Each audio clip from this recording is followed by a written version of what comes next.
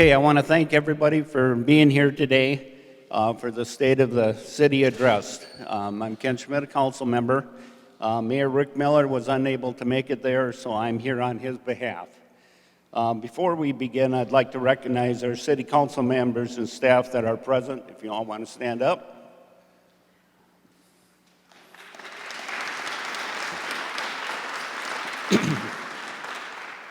And before we begin, I would like to recognize the opportunity and thank Vulcan Bank for sponsoring this, our State of the City address today.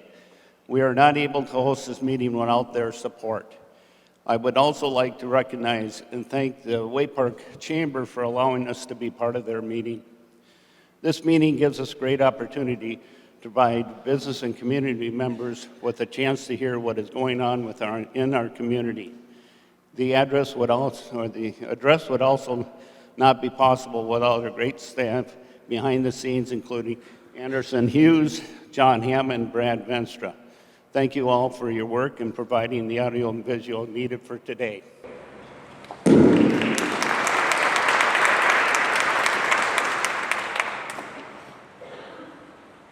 Good afternoon. Again, I'm Paula Capes. I'm the Business Development Officer at Falcon National Bank. I just want to first say that, when Falcon goes anywhere, we bring our flock, as you can see. So we have a few people here from Falcon. But want to say a couple of things. I was voted to speak, first of all, so that's exciting. I was trying to get somebody else to speak, and I said, well, what would you say? It was a chamber member. I'm not going to name names. What would you say if you were to speak about Falcon? And she said, Falcon, you deal with money.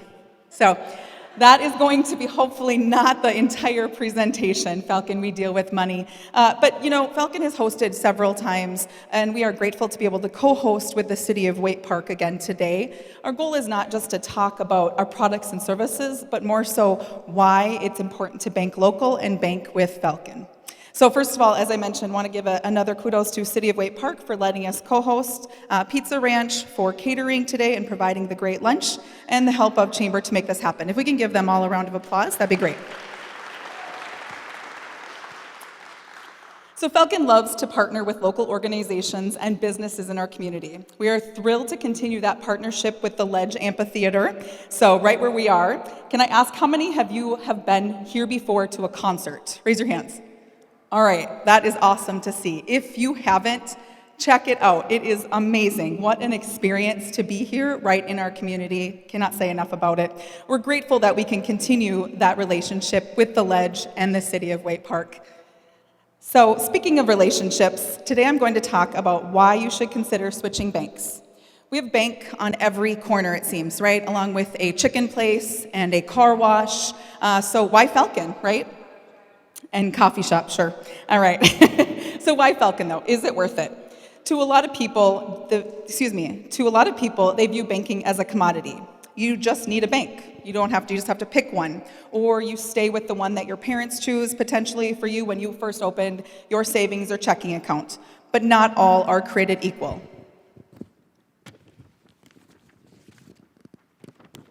So these are coming to the top 5 reasons why people switch banks. Number 1, you're earning minimum interest on your accounts. Number 2, you might be tired of paying fees. Are you even aware that you're paying fees? That's the other thing that we sometimes see, is that you're not looking at your statement, and maybe there's hidden fees, or when working with businesses sometimes, they'll say, yeah, I don't even know what that's for. So check out your statements. You want better access to your bank and your branch. Number 4, you want better customer service. What does it look like when you call? Are you on hold? Is there an automated message? If there's issues, do you know who to go to? Is there a banker that you can call? And number 5, the products and services. Maybe you need access to additional products and services. So according to a Forbes study recently, the most important features that consumers look for when evaluating banks, and more specifically where they have their primary checking, are these options and these pieces right here. No fees, branch access, nationwide ATM, rewards, cashback, interest, highly rated mobile app, and highly rated customer service. So, experience the Falcon difference. Falcon can deliver on these banking relationship must-haves. So, I want you to consider what banking with Falcon looks and feels like. We have great options for our savings and checking accounts for both business and consumer at a low-cost or no-cost option. I want to ask, do you know what the checking account, high-yield checking account is called again? Kasasa. It's a great name, isn't it? All right, our mission states that we are committed to creating a banking experience that develops into lifelong relationships. You are not just a number to us. You are a person with financial needs and goals. We are here to support you in achieving these. We are here to be your trusted advisor. As you've heard, our motto, service that soars above the rest, a few times this afternoon, that is our guarantee. We know you have options, and we are committed to providing that trusted service that you deserve. We also believe that loyalty should be rewarded, and we have some excellent products that do just that. So let's learn a little bit about Kasasa.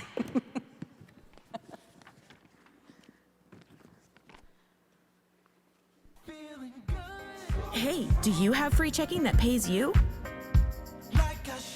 Does it pay you a high rate? Booyah! And give you free ATM access nationwide every month you qualify with no monthly maintenance fees, ever? No. Huh. Maybe it should.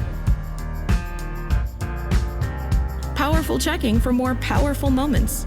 Ask for Kasasa Cash. It's our superpower. But don't just take our word for it. Nobody says it better than our customers. So Falcon just does it better. That's all that's needed, right? Nobody does it better. I appreciate that. All right. So if you are asking yourself, what value is your bank bringing you and adding, I would implore you to consider Falcon. Let us review your current bank statements and see if we can help save you money, potentially make you more money, or if you just want to bank local. Remember that when you bank local, your funds stay local. We're able to lend those deposits out to continue to develop our community. Speaking of community, recently Falcon National Bank, I want to mention, received the highest rating given by the Office of Comptroller of Currency, otherwise known as OCC, for its adherence to the CRA, Community Reinvestment Act standards. This outstanding rating speaks to more than our regulatory duties. It's us living our values. We know that when communities are strong, it creates an amazing ripple effect. Strong communities provide local businesses with richer foundation to deepen their roots and grow a more vibrant place to live. I would be remiss to not point out that relationship with Falcon has, again, with the City of Waite Park. We were able to help switch their large organization, public entities, over to Falcon, and that's what we do. Our team on the Treasury Management Department help work with the nonprofits and the public entities, and we are the dedicated banker for them. Not only just that, private businesses, local, any type of businesses, we are here to help with. But I appreciate the trust that City gave us to give us that opportunity. I know that we were not their only choice, but I know it was really important to have that relationship, to bank local, and we just want to say thank you again to the city. I'll say thank you to all of you for attending, and to the chamber. That's all I have. I don't know if I have time for questions. We have two Christian radio stations, and they're both nonprofit. The founder of Falcon served on our board of directors for like 23 years. And I can't say that I have ever been a part of any organization fundraiser where I didn't see someone from Falcon serving in some capacity. So talk about reinvesting in the community. Thank you. Thank you. This year's State of the City address remained focused on our strategic plan in building our foundation for the future.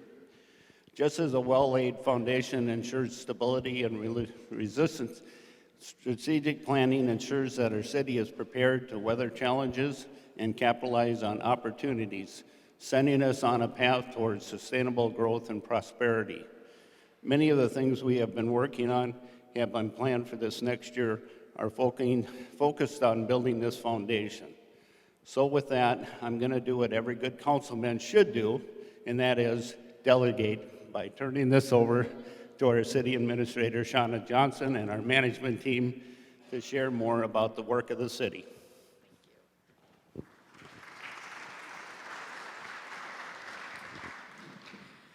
Thank you, Ken. I appreciate that. And just wanted to do a shout out to Falcon National Bank again for being our partner.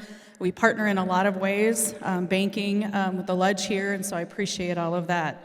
So again, my name is Shauna Johnson, and I am the City Administrator for the City of Waite Park, and I have with me today Bill Schlunz, Public Works Director, John Nuremberg, Planning and Community Development Director, and Tony Resnicek, our Police Chief.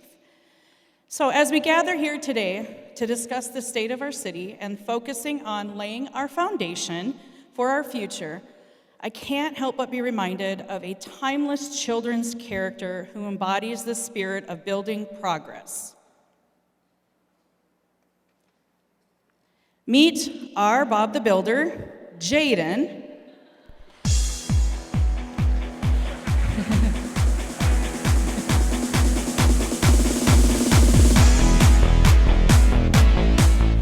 Jaden will be assisting us today. Just like Bob, we're here to ask ourselves, can we fix it?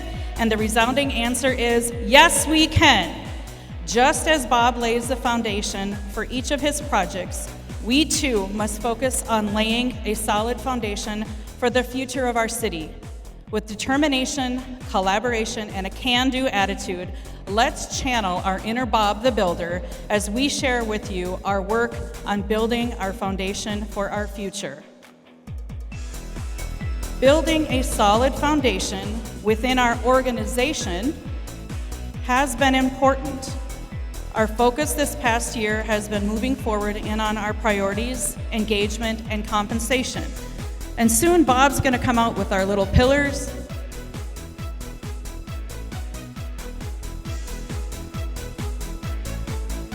We stand at a pivotal moment with implementing our strategic plan, where aligning ourselves on priorities is paramount. When everyone in our organization is on the same page, working towards shared goals, we can achieve so much more. This work in progress for us. We started with our budget, aligning our priorities with funding in each of our departments. It has allowed us to really evaluate our budgets and determine how our funding ties within our overall larger goals. As we move forward, we continue to look at ways we can implement our strategic priorities in our day-to-day work and our council actions. Employee engagement is vital for any organization to be successful. Our employees' passion and dedication to our organization drive our success. So, it is very important for us to create an environment where every individual feels valued, heard, and empowered to contribute. For us, engagement that is led by the employees themselves is even better. We have created an employee engagement committee that is made up of our staff from each department. This group has been instrumental in seeking input from our employees. Over the last year, we completed stay interviews, which really helped us focus on what is important to our employees.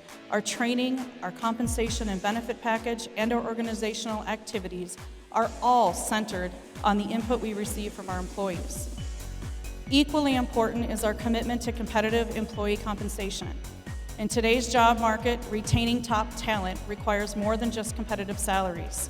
It demands a comprehensive approach to compensation that recognizes the contributions of our employees and rewards their dedication. For us, we completed and implemented a new pay plan that recognized opportunities for advancement and increased contributions to our benefit package. We understand that our employees are our greatest assets to our organization, and when we retain committed to their well-being and professional growth, we achieve many things. Now, as we look to the future, it's time to focus on development as the next phase of laying the foundation. Development just isn't about physical infrastructure. It's about fostering economic growth, nurturing innovation, and creating opportunities for all our residents. I'll now turn it over to John Nuremberg to discuss this further. Thank you, Shauna. If Bob could bring out the comp plan piece of the puzzle here, that would be appreciated. Our comprehensive plan, I know I referenced for some of the chamber folks, you may have heard me talk about a little bit earlier. We started the comprehensive plan process for updating, actually creating a wholly new comprehensive plan for the first time since about 2008 in 2020. It turns out that March 2020 wasn't a good time to kick that off. So we put the brakes on it, worked through some of the background while we could, and waited for things to clear up to a point where we were safe to proceed with that again. In late 2021, we had a dedicated group of folks that met about 15 times over the course of a year to guide the comprehensive plan to a place where our city council was comfortable with it and ultimately adopted it late last year. The comprehensive plan is not only a guide for our long-range development in the coming 5-10 years, but also an economic development tool that helps us attract and retain folks, knowing that the city has a formal guide for its future. Looks like Bob has brought out ordinances. Thank you, Bob. The comprehensive plan, that plays into local ordinances as well. Ordinances are the nuts and bolts that help us effectuate that plan. The ordinances guide what can't be built, how it looks, where it's located. The ordinances are really more critical than anything in establishing a community that works for everybody. Now, as we wrapped up that comprehensive plan, we turn our attention to looking to revise and update, overhaul our ordinances to ensure that they're reflecting the goals and vision that the comprehensive plan established for the city. Turns out to be a good time to do that with kind of the shifts in economic development, the shifts in the housing market. Some of those things I'll touch on a little bit more in a moment. So we'll be looking towards that in the coming year, ultimately maybe a 2-year process. Turning over to Economic Development Authority, one of the items we established in our strategic plan was going forward with recommitting to an Economic Development Authority, or EDA for short. Economic Development Authority will serve as a vehicle or a tool, whatever you want to refer to it as, to help retain, grow, attract businesses in the community. The City Council has directed us to go forward with that process. We hope that will be ready here this summer, to start putting funds aside starting next year, grow a little nest egg that we can utilize for different purposes to effectuate economic development and growth and retention of our existing businesses. There's nothing more that we love than having local businesses that grow and stay in Waite Park and open up the slots that they moved out of for new businesses to come in. That's absolute best. Moving into a housing category a little bit, if Bob could bring those on out. Our first area of focus would be legislative. Some of you may be aware that at the state legislation level, there's been a big push to undertake some housing reform to address what is certainly a housing crisis. We approach that very carefully, very cautiously, because some of the changes that are proposed have really unknown effects at this time. They're certainly well-intended, no one disputes that. And there are some elements that are certainly great and that we don't necessarily disagree with. We don't necessarily think, though, it should be the role of legislature to tell us a community how its housing should be. Those decisions are really best left to the local authority that knows their community best, knows their residents best. Let the residents make that decision. Basically, what works for St. Cloud doesn't necessarily work for Waite Park, doesn't necessarily work for St. Joe, doesn't necessarily work for Bemidji or Rochester or anywhere. Every community is unique, has to tackle their own needs. Moving into local projects, looks like we're good there. Local projects, as far as housing, we have been fortunate to recently approve a new 48-unit apartment project near the Sauk River. That's going to be a really nice addition. That is not expected to break ground until 2025. We continue to look at ways to promote homeownership, promotes different kinds of development. Housing is a spectrum. It's not just single-family homes. It's not just apartments. There's opportunities for lots of things in between that we hope we'll be able to foster if the demand is there. We continue to work with landowners and are willing to entertain different options for housing opportunities that are a little bit unique. Housing Redevelopment Authority, or HRA, is another vehicle by which we can potentially do that and support housing. That doesn't just apply to new housing. I think there's a lot of folks that think it's just building more housing. We have to take care of what we have. We have to offer opportunities for folks that maybe are on a fixed income, a little bit short of funds, to update their existing housing. Keeping those neighborhoods updated, clean, promotes investment amongst homeowners, and we want to find ways to foster that.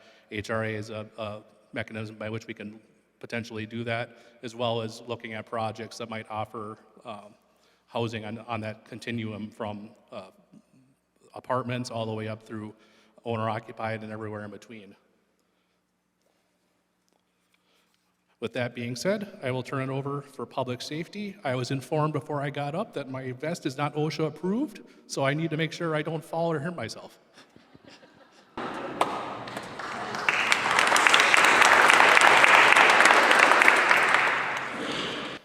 I'm Chief Tony Reznicek. I've been the Chief of Police, just coming up on my first full year here. But welcome to the 2024 State of the City Address. The strategic plan is the guiding document for the future evolvement of the city as a whole. The strategic plan identified public safety as one of the top priorities. As a part of that priority list, the strategic plan broke down into 7 different public safety items. The first being a community outpost, common language barriers, inventory the existing transportation network, options and resources, the community engagement unit, the public safety facility, and community collaboration to help with mental health, homelessness, chemical dependency, and the last one being the fire study. Work is underway on every one of those things. I'd like to speak about 3 of them right now, the first being the public safety facility. This project is moving ahead on schedule with a still very early plan, but we're hoping for a move-in around 2026. Work continues on that. The site selection has started. We began with 12 different sites that we considered. That was broke down into 3 final options. The site selected is to build on the current City Hall site. This was basically an addition and expansion, including a renovation to the current building. This was mostly financially, it's the most financially viable option that we have. It addresses the deferred maintenance on the existing building through that renovation.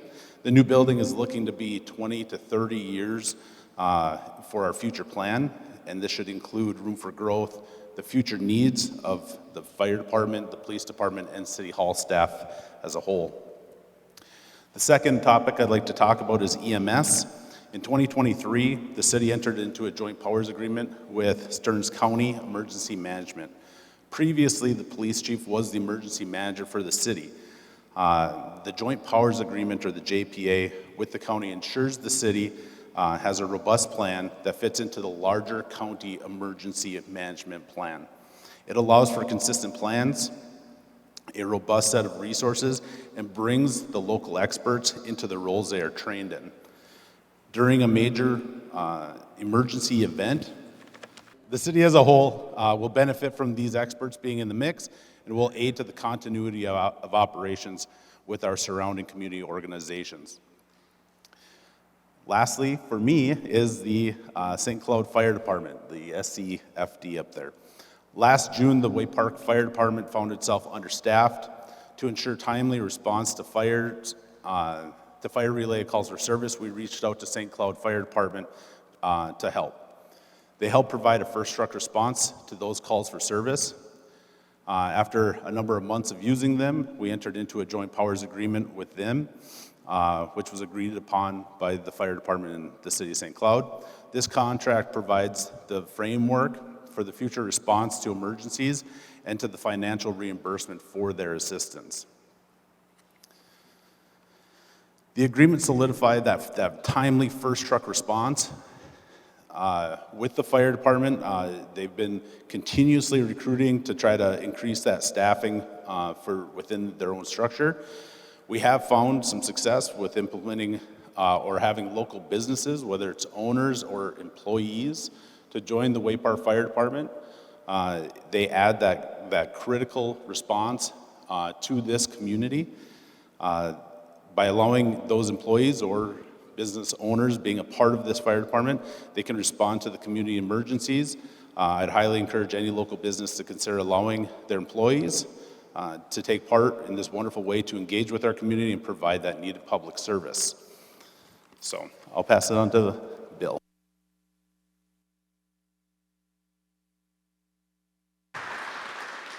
I believe I get to talk about entertainment, maybe because I might be the most entertaining one up here, I don't know. But entertainment serves as more than just leisure.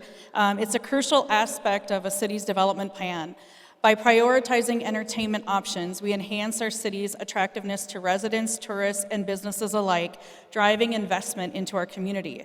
And a great example of that is this building right here. I'm very proud of this. I've been involved in it from the very beginning of the thought of it. And so what I like to share with you is that what we've seen at the Ledge with this success here. This venue is still very early in its infant stages. But so far, in the 3 years, full seasons that we've had over 100,000 visitors that have come to this since July of 2021. And it has had an approximate $6 million economic impact to this region annually. 32% of our visitors come from out of state.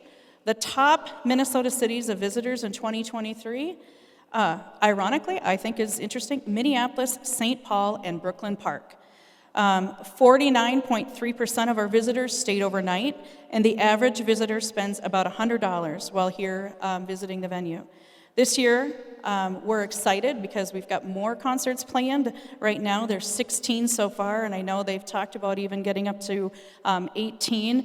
And so with that, we're anticipating about 50,000 visitors attending these events. So it's a great first start for us, and as I continue that we're in the infinite stages, so we're still learning as we go, but we're very proud of the facility that we have here and all the partnerships that we've been able to create.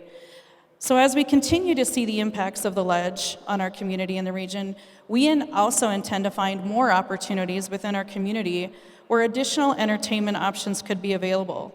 This next year, we're going to spend some time evaluating these types of opportunities and potential locations and partnerships that can be created to make these more of a reality.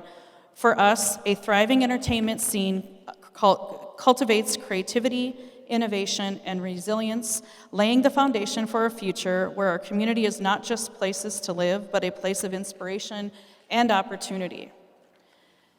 So as we move on into transportation, I think that it's important to recognize that efficient transportation networks are vital arteries that connect communities, facilitate economic activity, and enhance overall quality of life. I mean, if it wasn't for our transportation system, none of us would have been able to get here today. So with that, I am going to turn it over to the guru, Bill Schlunz, our transportation expert. An expert? Okay, all right. Well, they saved the best for last, so I'm glad you stuck around. Because transportation and water is my passion, and I'm sure it's yours too, right? Not any takers, okay. Anyway, transportation is really, it sounds like it's just roads, but it's more than that. It's about pedestrian, bicycles, busing, even goes down into street lighting. So, but today we're going to talk about two things. One is development impacts. And really, when you think about development, you think about new development. That's not necessarily the case. Most cities have new development and existing. So for possible new development, what the city is looking at is they've been working with St. Cloud Area Planning Organization, which is a group of cities and counties in the area dealing with transportation. And over 20 years, they've been looking at building the Southwest Beltway. Trying to plan that out. For Way Park, that would be connecting at the intersection of Parkway Drive or Granite Parkway down at 15, where the roundabouts are, and then up towards Belle Claire Acres on 23, and then further north to St. Joseph. So it's been a long time in the works, and they're still working on that. So as far as existing impacts in transportation, one of the main things that we're working on through the strategic plan was 10th Avenue. And most of you are familiar with the stretch from Division Street, basically down to Parkway Drive or just south of the Menards area there.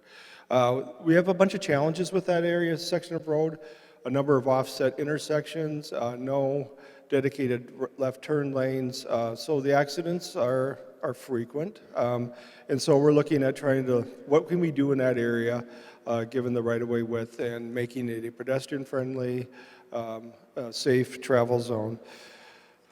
Current needs, As everybody knows, roads are probably not in the best condition, not in just Wade Park, but every city. And what we have done here is we've evaluated as staff every road in the city of Wade Park, given it a pavement index number, and then we put that on a master list. The problem is that the needs are more than the money. So every 5 years, or every year, we redo our 5-year plan list to match the needs of the roads with the funding available. So this year, just, I don't know if anybody lives out in Sunwood Park, but that whole development area will be redone. There's two methods of rehabilitating a road. One is they call an edge mill, where we just mill the edge of it and repave the whole street. That's usually a 20-year-old street and plus.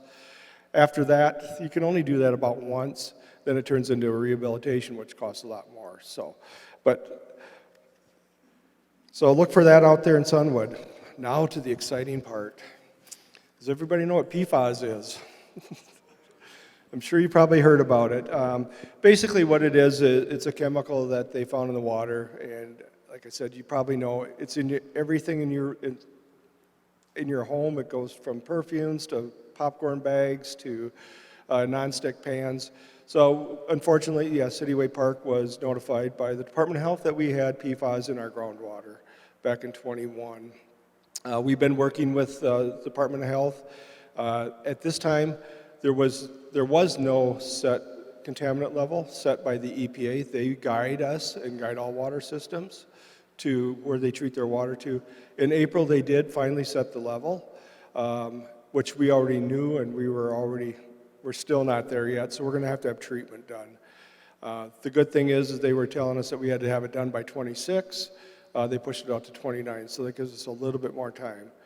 Fortunately, the state MPCA put out a grant that we were able to receive to offset some of the design costs that is going into this project. We have thus engaged a water engineer, and they are working on the design for us right now to what is the best treatment method for this.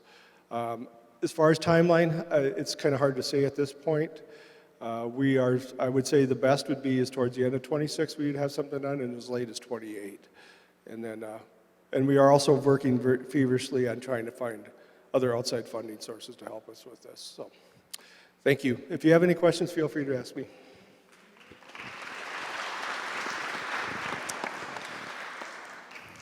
So in closing, I need to bring Bob or Jaden.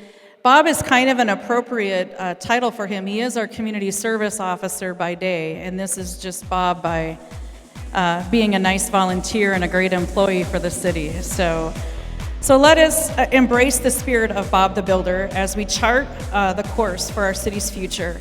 Like Bob and his team, we too possess the determination, resourcefulness, and collaborative spirit needed to lay the foundation for a thriving community. Did you know you do all that, Jaden? Yeah. As Bob always says, can we fix it? Yes. Yes, we can. Let's channel this can-do attitude into every aspect of our city's development, from organizing our efforts to building sustainable infrastructure, ensuring safe neighborhoods, preserving our environment, and crafting vibrant entertainment spaces. With a collective resolve and a nod to Bob's timeless wisdom, let's work together to build a city we can all be proud of. A city where every resident can say, we've made it better, and together we can continue to make it even stronger. Thank you.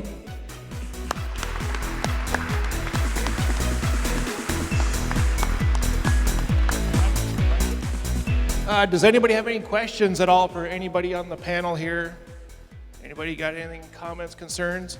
I can start by saying, of course, with all my apparel and merch, the baseball facility is actually second to none in central Minnesota. When I coached there, all my three of my kids, we got compliments from everybody. You guys play here? Yes, we do. And it is so well kept. Now you got the pickleball court, the Wobegon Trail. That's just a great area. I know for a fact, just because I was on the board for the Wade Park Babe Ruth, there's over 300 kids there, at least Monday through Thursday, playing ball, and that's a great place for kids to be instead of out on the streets. So I commend you guys very much for that facility. So I really appreciate that.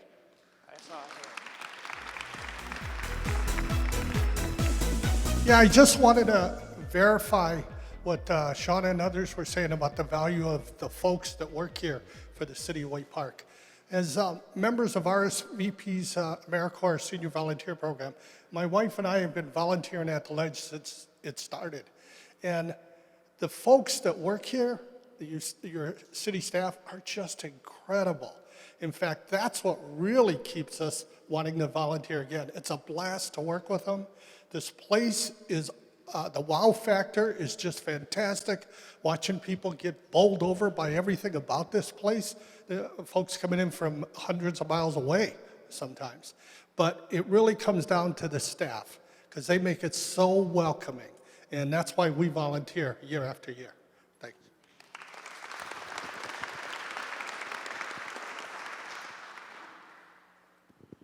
Lisa Brown, former director of the Retired and Senior Volunteer Program, and we had the opportunity to work with the City of White Park for many, many years. They provided funding for our volunteers and have given so many opportunities for older adults to be engaged in the community, and that is one of your priorities, and you truly do live up to that. So thank you for all of your support for many, many years.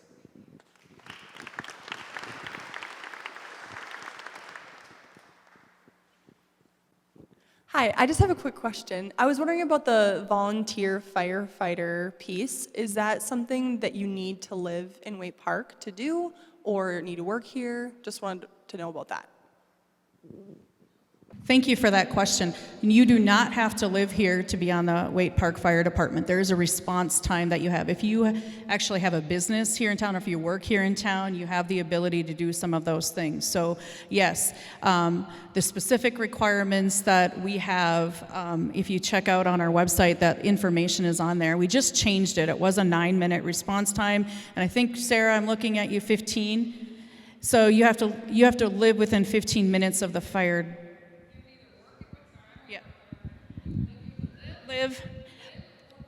Live or work. So live or work. If you don't live in Waite Park, you just need to be able to respond within 15 minutes. So we just changed it. That's why, thank you, Sarah, for that. She's a wonderful supporter of our fire department, and I appreciate the fact that she's dedicate her time to the city. And on that note, on your tables, there's some additional information on that for the fire department, and I think that that's something that we really are looking for it. Since we made those changes, we've had some more volunteers.